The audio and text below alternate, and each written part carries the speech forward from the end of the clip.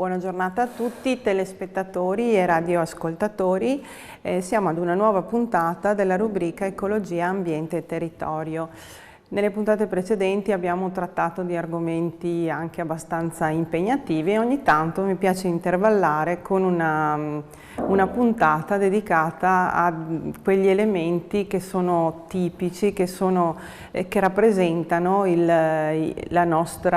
nostro territorio e in particolare anche proprio la cultura veneta.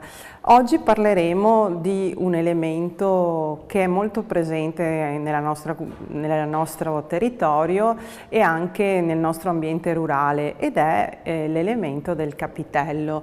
Per parlare di questo ho invitato ancora una volta il mio amico Claudio Rorato, che lo ringrazio di aver accolto il mio invito, e quindi faremo un excursus di questo elemento che noi spesso vediamo nel nostro territorio, nelle nostre campagne, e così magari approfondiamo un po' il perché di tutto questo. Innanzitutto Claudio, grazie di essere venuto e partiamo così a dare un cappello generale e ci spieghi che cos'è il capitello nella nostra cultura, cosa rappresenta. I capitelli sono innanzitutto un segno di fede e di devozione e sono proprio un segno fisico di questo fatto, del fatto che c'è la devozione particolare per un santo, per una figura evangelica, e li troviamo appunto disseminati in tutto il territorio, però in luoghi che hanno sempre un loro significato, sono collocati lì perché c'è un motivo preciso, insomma. E questi nel nostro territorio intorno a che periodo si possono storicamente collocare? Sono dell'ultimo secolo? Vengono da lontano? No, il capitello viene da lontanissimo, addirittura dall'uomo della preistoria, quando erigeva magari un sasso oppure in un luogo particolare lasciava dei segni sul terreno proprio per significare la sua devozione agli elementi naturali in quel caso. Poi nel tempo le varie civiltà che si sono succedute ci hanno trasmesso questo uso, lo facevano i romani, lo hanno fatto poi più tardi anche i famosi barbari, i goti eccetera, che sono venuti, ed è passato come... È un piccolo elemento religioso, è sempre religioso il capitello? Il capitello è sempre religioso, sì, è sempre un segno di religiosità. Nel nostro territorio ci sono delle testimonianze di capitelli antichi oppure quelli che ci sono quelli del Novecento così, o abbiamo anche delle testimonianze? No, ce ne sono anche di molto antichi, soprattutto si sono conservati nella zona della Pedemontana, dove troviamo dei capitelli magari piccoli, non molto importanti, ma che risalgono al 1200, al 1300. Altri... E sono di solito sono lignei, sono marmorei? No, quelli che sono sopravvissuti sono di solito in mattoni o comunque marmorei, in materiali duraturi.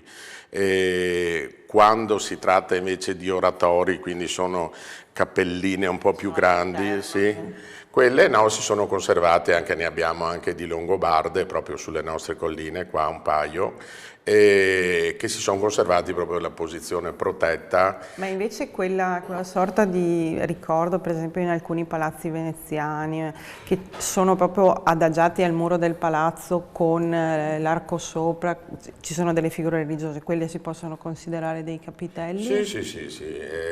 Quelli sono sempre capitelli, in veneziano cesendeli, li chiamavano, piccole chiesette, che erano sempre il segno o di una grazia ottenuta o di un fatto particolare avvenuto in quel luogo, non so, essere scappati a un omicidio, essersi salvati da una malattia. Quindi di solito chi ha un capitello nella propria zona oppure nella propria casa è in ringraziamento di qualche grazia che ha ottenuto? Può essere questo, molte volte, può essere il fatto che in quel luogo sorgesse una chiesa in antico, proprio le leggi canoniche prevedevano che nel caso una chiesa importante, grande, fosse distrutta, al suo posto si erigesse almeno una croce. Perché rimanesse Sì, testimonianza di questo. una testimonianza. Spesso molti capitelli risalgono alle varie pesti, alla fine delle varie pesti, come segno di ringraziamento per il fatto che questa epidemia fosse cessata, e molti sono privati, quindi nascono, ecco, come ex voto per esaudire Io così, se penso al mio paese, nelle varie vie del paese ci sono vari capitelli e ogni via del paese ha una sorta di capitello di riferimento. Non so se è solo una cosa che accade al mio paese, che è abbastanza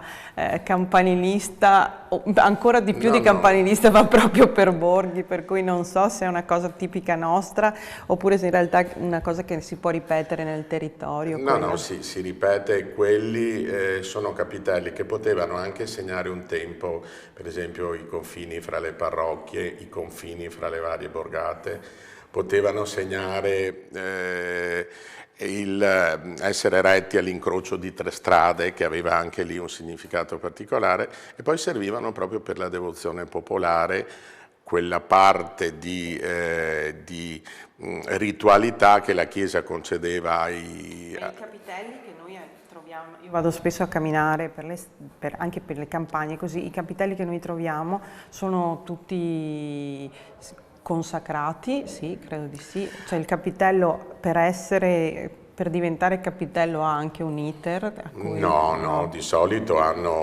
sorgono appunto, sorgevano spontaneamente. Oggi dico sorgevano perché oggi più raramente si vede erigere un capitello, ma servivano proprio per questa ritualità popolare che era legata in particolare al rosario.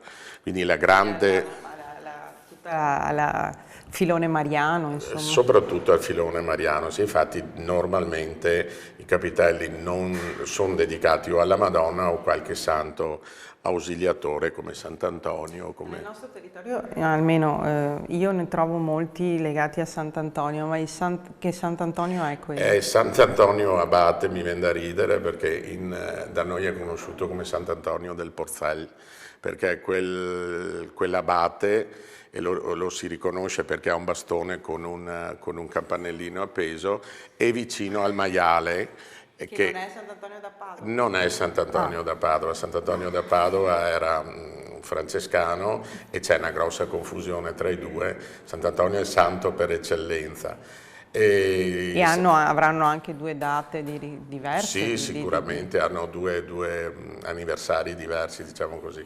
Sant'Antonio Abate è quello che ha sempre il maialino, che è quello... Che è quel famoso siccome il Porcel di Sant'Antonio. Sì, ecco, adesso ho capito. Perché c'era l'uso di allevare un maialino a cura di tutta la contrada, questo maialino venne liberato, e poi veniva venduto per le messe di solito di suffragio per i morti. Era una sorta e questa era una pratica che questo santo aveva iniziato o il legame di Sant'Antonio al maiale è così casuale? No, questo dell'allevare il maiale oppure di coltivare i gelsi per le anime, cioè i gelsi che poi le cui foglie venivano utilizzate per allevare dei bachi da seta che venduti poi il ricavato serviva a celebrare delle messe. Quindi è un'usanza indipendente dalla storia di Sant'Antonio Abate, che poi è un santo dei primi secoli della Chiesa, del quale sappiamo anche molto poco in realtà.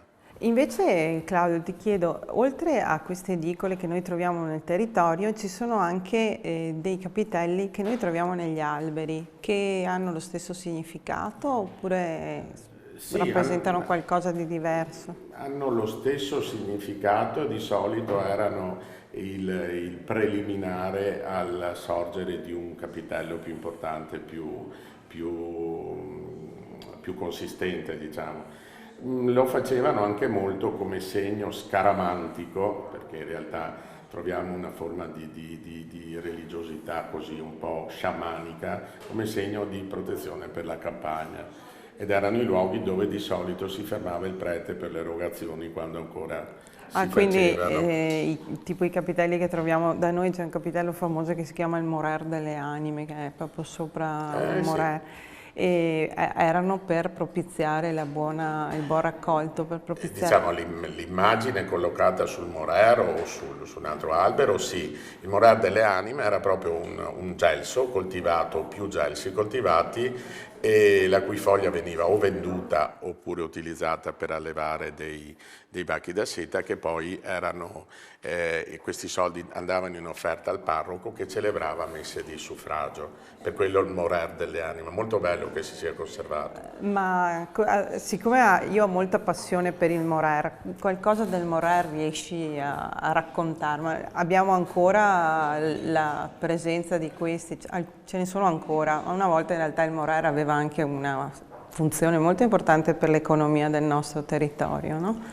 Certo, aveva una duplice funzione. Intanto serviva per sostenere le viti nel caso della vite maritata, no? Che in altri luoghi aveva come sposo lacero campestre. Da noi aveva esclusivamente il morera, appunto il gelso bianco, che ha origini, ci è arrivato dall'Oriente insieme probabilmente con il seme bachi, e che si utilizzava poi per nutrire il baco da seta appena si nasceva, insomma. È tutta una parte della nostra cultura che si è un po' persa, anche se leggevo che ultimamente ci sono dei tentativi di rifare queste filiere produttive per recuperare almeno una parte di quella tradizione che è stata anche fondamentale nel dopoguerra per tirare su un po' l'economia del nostro territorio. Certo, se pensiamo che l'Italia il Veneto, non l'Italia, il Veneto per molti decenni è stato il secondo produttore di seta al mondo. E poi anche il nostro territorio aveva dei settifici molto importanti. Settifici importanti, poi essiccatoi, c'era tutta la filiera utile alla lavorazione della seta. Oggi io sono un po' scettico perché il problema del bozzolo della seta è proprio il trasporto, e quindi... Credo sia anche, adesso non lo so, però mi ricordo mia nonna dei suoi racconti, credo sia delicato, bisogna stare attenti alla temperatura, bisogna stare attenti a mille cose. Una cultura molto, molto complessa, ma che soprattutto ha bisogno di tutto vicino. Io non posso trasportare camion di bozzoli a distanze rilevanti perché significherebbe avere dei costi enormi. Quindi un tempo ogni comprensorio aveva il suo essiccatoio, la sua filanda. Sì, era un'economia che aveva comunque tutta la sua filiera, che rispondeva a tutto. Tornando poi ai capitelli, hai qualche altra curiosità che vogliamo raccontare ai nostri ascoltatori? Ma è sempre legata comunque alle devozioni. I capitelli spesso, e questo è un uso completamente perso, avevano anche la funzione di essere visitati in occasione di pellegrinaggi sempre di tipo popolare, quindi pellegrinaggi che si limitavano al comune.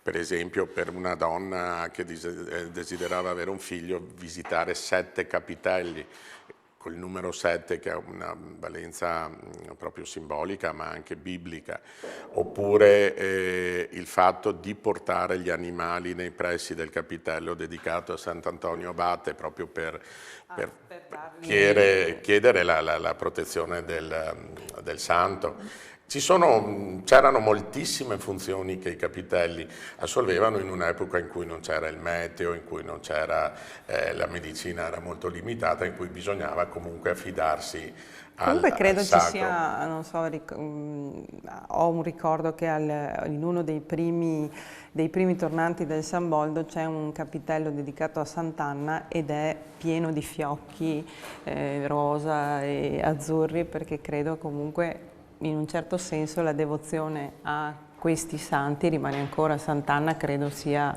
la madre di Maria, sì. E quindi È la santa del parto, infatti, della gravidanza, e questo segno del fiocco annodato è antichissimo perché risale anche quello ai primi secoli della Chiesa.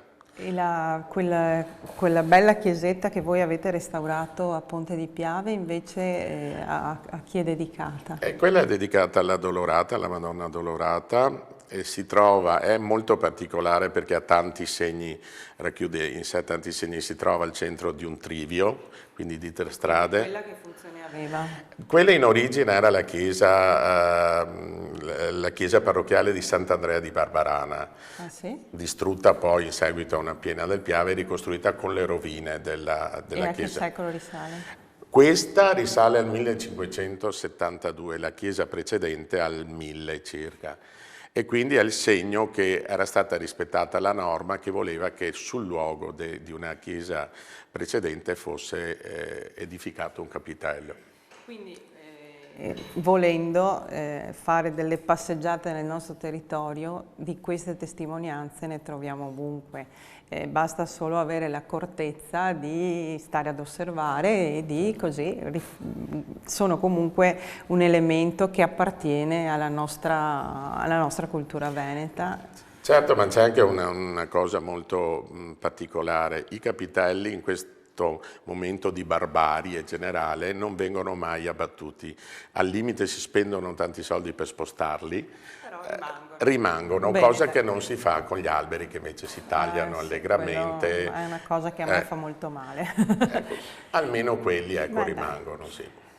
Allora, spero sia stato un appuntamento interessante. Ringrazio Claudio per aver condiviso con noi le sue conoscenze e vi saluto e vi invito alla prossima puntata della rubrica sul territorio, ambiente, ecologia. Grazie e buona giornata. Arrivederci.